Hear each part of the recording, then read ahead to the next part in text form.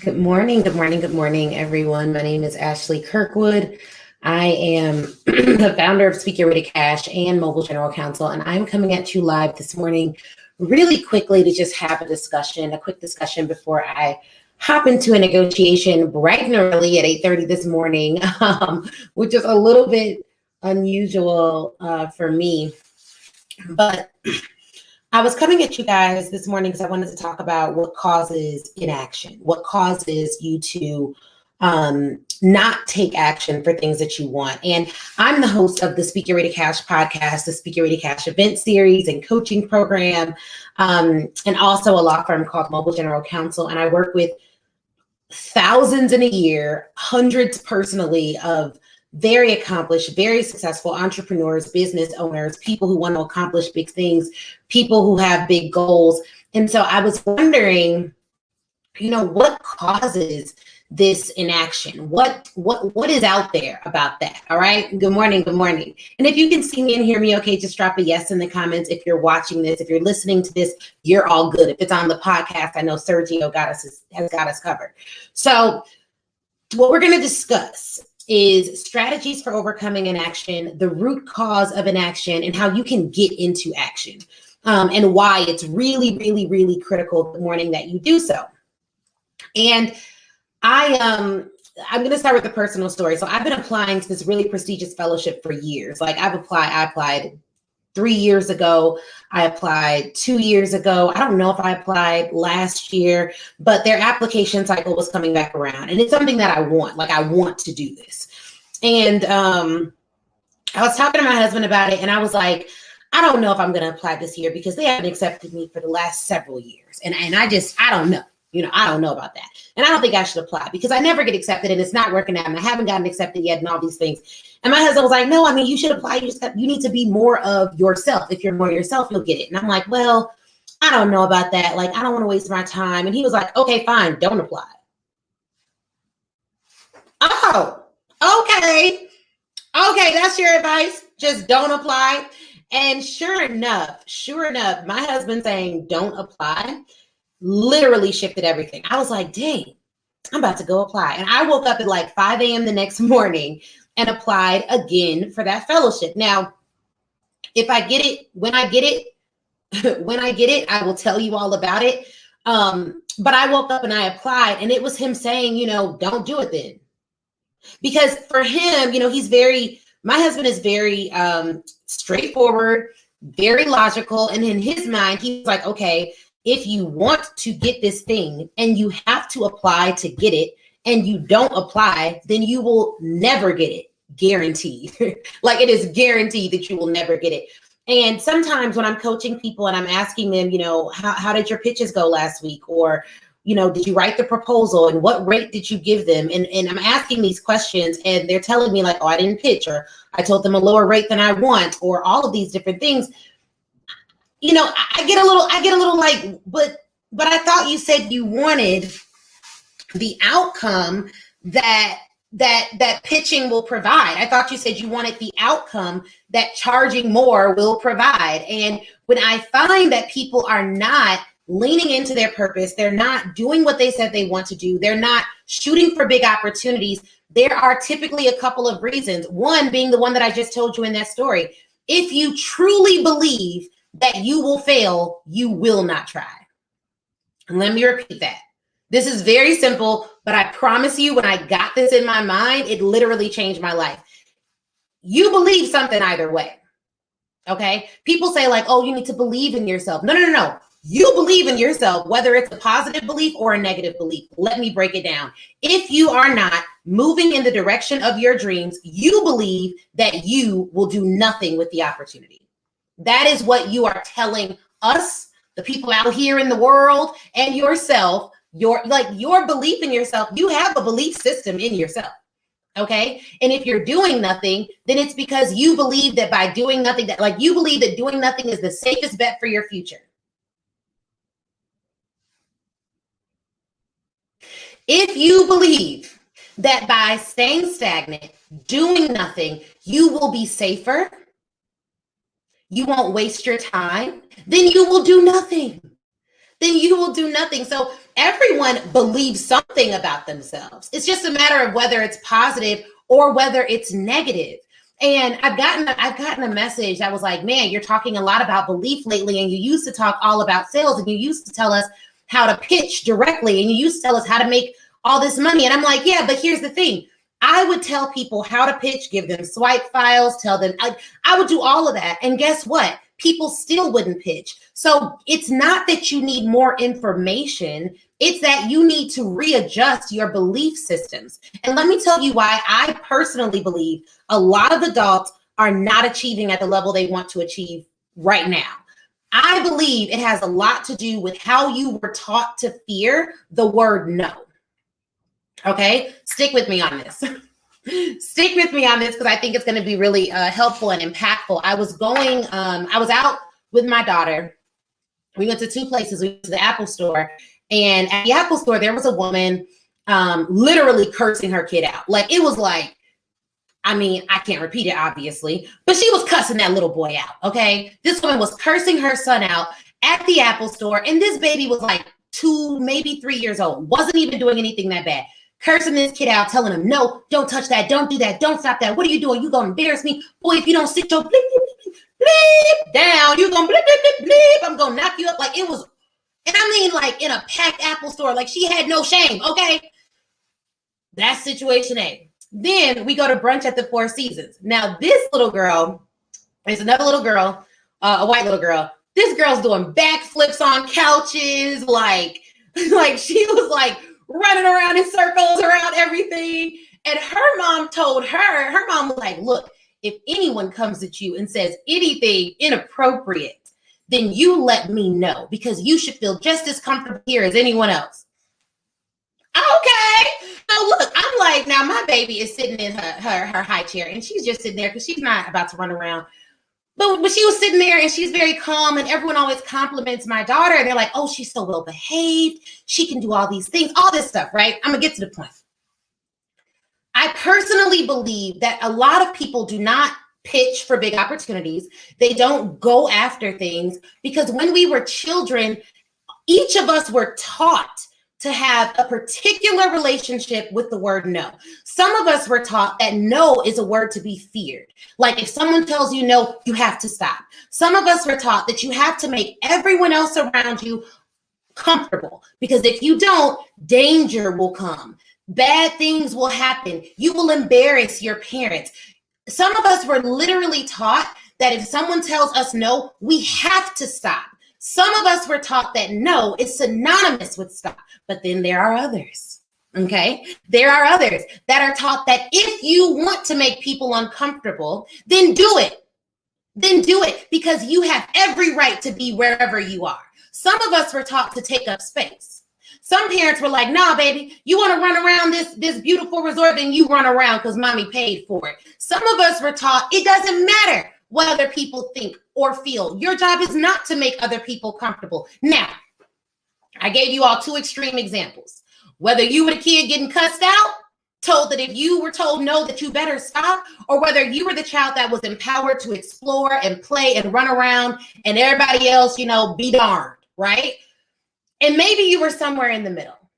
As an adult and in business, yes, you should be respectful of your fellow man. Yes, you should want people to feel good about things, but other people's feelings are not your responsibility. And when you take them on, it will become your burden. And you know what happens when people carry a whole lot of extra baggage up a really big hill? They often, if they get to the top, get there extremely tired and a whole lot slower. And so if you're wondering why you don't have energy to do the things you want to do, why you don't have, the vigor that you used to have about life, why you can't do the necessary things to grow your business and move it forward, why you can't fire the people that need to be fired, why you can't hire the people that need to be hired, it's likely because you are carrying the burden of other people's feelings. And guess what's the crazy part to me?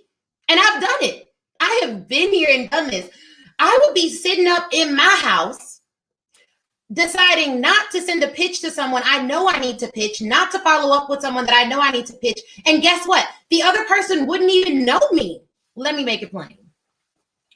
You know, when I train speakers on how to land these large speaking engagements that we land over here in this part of the world, right? We are oftentimes having conversations and pitching people who do not know us personally, which means whether they say yes or say no, my day-to-day life will not change dramatically either way. And so what I want you to think about is, what are the stories you're telling yourself that are keeping you from the action you know you need to take? And if you took the action and the worst case scenario happened, someone told you no, why does that even matter? Why does that even matter? It shouldn't matter. Let them people tell you no, please. I had a woman tell me the other day, she was like, I don't want to be on your email list. I don't want to get any emails from you and blah, blah, blah, blah, blah. And I'm like, well, ma'am, you subscribed. Okay, that's number one. And number two, ma'am, it is not a problem. You can unsubscribe. Either way, my day-to-day gonna look just about the same. So I say all this to say, we need to, as adults, think very critically about the relationship with no that we developed as children. How were you scolded? How were you taught to recoup from like a failure, right? What were you told about no and stop in the relationship? Because for a lot of people, if they are told the word no, it is synonymous with the word stop, and it shouldn't be. It shouldn't be. No can mean pivot. No can mean not now. No can mean it's not a good time. But what I see, here's what I see. Someone tells you no and you don't inquire. Here's the thing. And this is confidence at play. This is confidence at work. People ask all the time, well, how do you build confidence? You're so confident, blah, blah, blah. I have confidence because I have been told no so many times, like so many times. However, because I have kept moving forward, I have seen, I was going to use a real churchy word. I was going to say, I've seen fruit in my life. You know what I mean? Y'all Christian folks, y'all will get that. But I have seen results in my life from continuing to move forward. And you know what else? I have so many seeds in the ground that I'm not anxiously looking for harvest from all of them. Most people cannot, like, the reason why one no throws you way off is because you don't have enough seeds in the ground. You're not connecting with enough people. So if one person tells you no, you're like, well, dang, that's my only prospect this year. That's my only prospect this month. If they tell me no, oh no, that was my only plan. But that is not a business strategy. So for me, no one likes to be told no. Okay. But I understand that the no's are necessary to get to the yeses. I also understand that one ways no's have blessed me in my life is by making room for the right opportunity. This is what happens mentally for me when someone tells me no. So I was pitching for a speaking engagement and the woman was like, no, because we don't have, and at the time it was like $7,000. She was like, we don't have $7,000. We need you to do it for $5,000. And I was like, nope, I can't do that. So I said no to her. She said no to my initial offer. And you know what it did? It made room. It made room for me to take on opportunities, for me to pitch bigger clients, for me to make more impact. And so sometimes you're getting told no, and you're looking at it like rejection when all it's doing is like clearing the way for you. I want you to imagine with me right now a field with grass, like tall grass, right? And then I want you to imagine no as a tool. What no is doing for you is it's doing this. Okay. Woo, I got more time. She said no. Oh, they don't have my budget. Clearing the room for someone that does. Because guess what? Time is way more valuable than money. Please. If someone came to me right now and was like, look, Ashley, I'm gonna give you a guaranteed 150 more years in life. I'm gonna give you time, but you're gonna have to give me some money. Okay. That is what great service providers do. They take things off of your plate so that you have more time. What bad service providers do is they are so poor at their job that they put more things onto your plate So they waste your time. The number one reason why I have had to let people go is because they have wasted my time. You can't waste my time. And you know, the truth of the matter is, if I'm being 100% honest and transparent with you all, whenever someone wastes my time, I have allowed it, and it's somewhat my fault. You know what I mean? So even in instances where I'm like, I hire you to do a job, you don't do a job, typically that means there's something wrong with my process. I didn't clarify expectations, but whatever the case may be, at the moment that I have realized that what you are is a time waster, it is my job and my responsibility to cut you out of my life. That's on me. And yeah, it's going to mean some uncomfortable conversations. And yes, it's going to mean I'm going to have to boss up and do what I need to do and have the conversations that I need to have. And it's going to mean that I'm going to make someone else uncomfortable. But guess what? My purpose is worth that. Some of you are operating as if what you have on the inside of you, your purpose, your gift, is not the very thing that can change your family's, like, family history, and could change the lives of so many other people, but it can. And so there's a sense of urgency that you have to move with, because guess what? Life is not promised. It's not. And if you're out here moving as though you have an unlimited amount of time and you have time to waste with all these people who ain't talking about nothing, all these people that don't want to achieve anything, then good luck. Because like this week, I had a classmate pass away. I found out about a classmate passing away. This brother was in his, like, doing the thing that he wanted to do on this earth.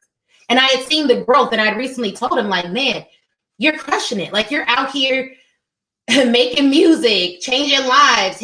You could see from like when he started to where he was now, or where he is now, where his music is now, the growth. You could see the growth. You could see the expansion. And so I want you to think about the no's that you're getting in your life as space makers. They're just making space. You're in a field with big grass, and all the no is doing is clearing the path for you. See, if you can properly evaluate the things that are happening in your life, the no's that you're getting, the yeses that you're getting, the opportunities that are coming your way, you'll realize that they're clearing a path for you, that they're telling you something. And so for every speaker out there who isn't where they want to be, who isn't pitching where they want to pitch, who isn't doing the things they want to do, I want you to figure out which of these 4 things is causing it. There's 4 things. 1, the fear of failure. You will not move if you genuinely believe it will not work. Whatever it is, you will not move if you do not believe it will work. Okay, that's number 1. So if you have a fear of failure, if I do this, it'll fail. It won't work. There's another episode where I talk about why it's really important to get over because it's not the fear of private failure. It's the fear of public failure that keeps most people stagnant.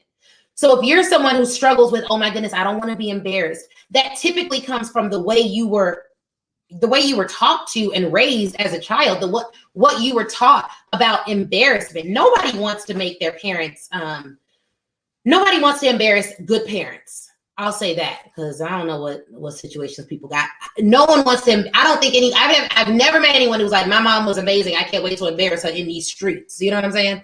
Nobody wants to embarrass good parents. But I believe it was Lovey. She was a blogger. She is a blogger. And she was saying that you need to be so committed to your vision, your dreams, your goals, that you're okay with embarrassing your parents. And I'm paraphrasing. Go back and look at what sis said. But essentially, the theme of it was some people are not following their dreams and going after what they want because they're afraid and they're worried about embarrassing their parents. You got to give that up. That goes back to making people uncomfortable. You got to be okay with making people uncomfortable because you have a mission to fulfill. Okay. So number 1 is the fear of failure. Number 2 is fear of being different or out of step. Anybody got to start over? This is for people who are like, all right, I'm approaching a certain age. I'm already in my 50s. I'm already in my 40s. I can't be starting over now. I retire in a few years. I need to get that retirement. I have, like, if you're like afraid of being different, being weird, being out of step, being in disalignment. So you really do, I 100% agree. Yet once you start moving, you figure things out along the way. You really do have to be okay with being different. Different is good. Different is good. When you go to a bookstore and you see all these books, I just took my friend Audrey Richmond's class, Publishing Like a Pro. It was phenomenal. She had us go to a bookstore. We saw all these different books, like thousands of books are in Barnes and Noble. We have a big Barnes and Noble. We walk in and we're trying to pick out things to get inspiration. Well, the only things that we could gravitate to amongst all the stuff that was on the shelves were the things that were different. Okay. It was the things that were different.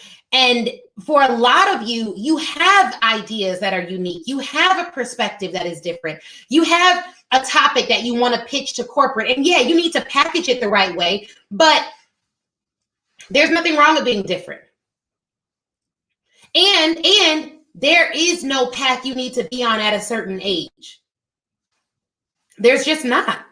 There's just not. And so you want to make sure that you're comfortable, you're ready, you're willing to be different, to be out of step, to be embarrassed, to get your feelings hurt. And let me be honest about this, because I hear so many people say, especially people in leadership, and shout out to Lindsay and Marshall. She did a phenomenal Clubhouse chat on sisterhood over sabotage. But I see so many, women in power say, like, I don't deal with fear. I'm not afraid of anything. I'd be scared. Look, fear does not rule me, but the emotion has run through me before. Let me say it again. Fear does not rule me, but the emotion has run through me before. I have felt fear. I know what that feels like, to be putting yourself out there and not know if it's going to work. To leave, I left a $300,000 job and had 0 guaranteed contracts. Come on, somebody. I was excited, but I felt fear. And guess what? Because here's the thing. What I felt was fear. What I told myself was I'm excited. Was this is going to work. Was, okay, that's a good feeling. Give yourself 6 months. Give yourself 6 months of consistent work. Give yourself 6 months. I have been in corporate. I worked in corporate for a long time. Took a lot of corporate jobs. I gave corporate years of my life. So I was like, yeah, I could give myself 6 months of consistent effort to see if something was going to work. It doesn't mean that you don't feel fear. It doesn't mean that you're not afraid. I was listening to an interview with Ice Cube. Ice Cube, he got paper. And he had paper when he first started acting. But he was talking about how he would get on these sets with all these big actors. And even though he had money, and even though he had success, and even though he knew he was a celebrity already in starting that portion of his journey, he was afraid of being on set and he would clam up. And the best advice that he said he got, and I want you to lean in, write this down, do whatever you need to do. The best advice he said that he got was like, you cannot clam up. Basically, you need to be yourself, and it's critical, because if you are not yourself, if you cannot relax enough to be creative, to be innovative, to give them who you really are, you won't make it. You won't make it.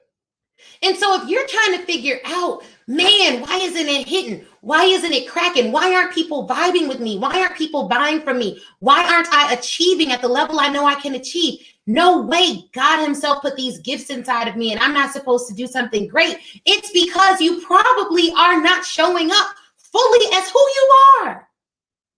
As who you are, not as who anyone else is. And this is why I don't think everyone can even get coaching, because some people get coaching and they adopt the personality of the coach, or they adopt the exact mindset of the coach, or they adopt, like, they try to be exactly like their coach. No. That ain't why you do it. And this is why some people can't take everyone's advice, and some people shouldn't be under everyone's leadership. And I'm going to say something that's a little controversial, but I'm going to say it anyways because it needs to be said. If you are being mentored or coached or advised by someone that only wants you to worship them, it ain't gonna work. It ain't gonna work. There are some people that have to be adored and have to be worshiped.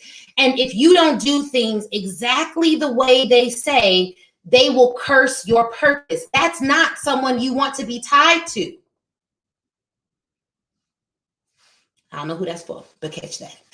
I really just want to say that, because here's the thing. What I consider my job to be as a coach and a mentor and someone that people hire to show them the way is I'm just supposed to help you think bigger. Now, I give people swipe files, templates, strategies, all of that, and they can take it. But what I always tell them to do is, like, you need to customize it to be your own, not because I'm afraid of someone copying me or I'm afraid of someone like using my exact strategy because it's a secret. No, it's not, it has nothing to do with any of that. I know for a fact, if you don't customize things to be your own, you'll never feel empowered to duplicate the success. Let me repeat it. If you do not customize things and make them your own and hear someone's advice, but put your own spin on it, you will not be empowered to duplicate the success, because you will think that it wasn't your success, it wasn't your doing, it was all the coach or the strategist, and you have to be attached to them in order for anything great to happen for you. What a phenomenal mentor does is they stretch your mindset to think bigger, not about them, but about you. Which is why I think it's quite unhealthy for you to make an idol out of any one person. And it's also why when people in my programs will say, oh my goodness, like oh, that's so great, I can't wait to get like you when I'm older or whatever. I'm always like, no. You do this now. You can do this now. You can be great now. It's not about getting like me. It's about getting like the best version of you. I'm just here to help facilitate a process. I'm not here for you to be a carbon copy of me. That won't bless you and those you're called to anyways. I got me covered. My market is way set. You know what I mean? And so what I want everyone watching this to think about is like, all right, who am I at my core? What do I want to put out into the world? And what's stopping me from taking action? Is it the fear of failure? Is it the fear of being different? Is it the fear of rejection? Is it the fear of success? Because guess what? The more you try to be exactly like somebody else, the less success you're going to see in your life. Why? Because your lane can only fit your car, but my lane is full, baby. My lane is full. I take up all the space in my lane. I crush my lane. And guess what? You crush your lane. Now, when I go in your lane, maybe the car will fit, but it ain't going to be the right size. It's not going to have all of the gears and whistles that it has when I'm in my lane. My car was perfectly made for my lane. So what I want you to do is put your fingerprint on your own success. And guess what? When you don't like advice that you're given by someone else, that's fine. Take what this is. Let me tell y'all something. Because I gotta go negotiate a settlement. I'm about to win it too. Here's what I want you all to understand. I really want you all to get this, because there's over 7 billion people in the world. I'm not going to reach 7 billion people. 7 billion people won't even like me. Most of them won't. There is a unique sound that I believe I activate in people. There are some people who are like, I don't know what it is, but I am just drawn to Ashley. Them people should come work with me, come play with me, come to my event, let me coach them for 3 days. But then there's other people that, like, every time I see her, I don't like nothing about her. She be changing her hair all the time. She got a lot of personality going on. She doesn't use proper English, but I thought she went to Northwestern. There's some people that are like annoyed by me. And then there's other people that are infuriated by me. But guess what? There's other people that can't get enough. And those are the people that are going to work with me, that are going to help me create legacy for my family, that are going to make a ton of money implementing my strategies, because there's trust there. So what I want you to do and what I want you to think about is like, okay, the more I can show up as who I am, the more I will attract the people I'm supposed to attract, because I believe there is a sound that only you can release for your people. They gonna come when they hear you. If they're not coming, they don't hear you yet. And guess what? It takes 66 days to form a habit. So if you haven't been consistent for 66 days at anything, you can't point to one strategy you've tried for 66 days, day in, day out, overtime, then what you doing? It's not the strategy. It's the fact that you have not implemented enough or consistently enough.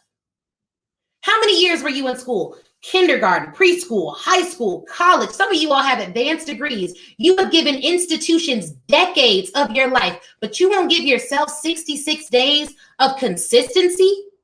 Come on. That comes back to belief.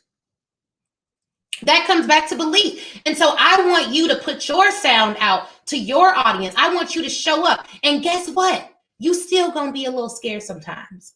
And your confidence may not already be there. And someone is gonna tell you that what you're doing is bad. What you're doing is stupid. What you're doing won't work. And guess what you're gonna have to do? You're gonna have to give it the weight that it deserves and move on. Feel however you need to feel and act anyway. And maybe pitch them again in a different way. The best advice that I've gotten has been from someone who was like, I hated your whole sales process. This wasn't good. This wasn't that. She was going in and I was like, well, tell me more. Why did you think that? And although I didn't like the woman's delivery, she was able to give me some strategy that I was able to implement and close more deals in the future. But here's the thing. Some of you will only listen to people that you like. You have to like what they say. You have to like how they look. You have to like how they sound. You got to like how they smell. You got to like how they were raised. You got to like what school they went to. And that's dumb. Let me tell you what's smart. I can learn from anyone. It doesn't matter their background. It doesn't matter how they say it, because I know how to properly place people's opinions.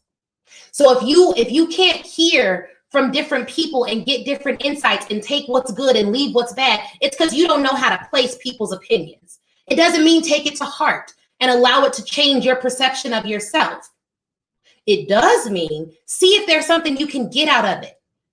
And I say this all the time. If you're in a corporation and you're on a job, see what you can get out of it. See what you can learn. Because you got people to help. You have lives to change. Your voice matters. And what you need to start doing is putting your sound out into the earth. So if this was good, if this was helpful, share it with someone who can get something out of it. And what I also want you all to do, if you enjoyed this, join me at Speaker Ready Cash Live. Allow me to coach you for 3 days. I know it'll change your life if you let it. So go to speakerreadycash.com/event, because look, we got things to do this year before this year is up. We have things to do. So I want to be a part of your process and help you facilitate some big change. If you're a speaker, thought leader, consultant, or anyone else that wants to make corporate selling, corporate clients, college clients, and speaking a part of your revenue stream, then you need to be at Speaker Ready Cash Live. Share this video out, tag a friend that needs this encouragement, and I'll see y'all later.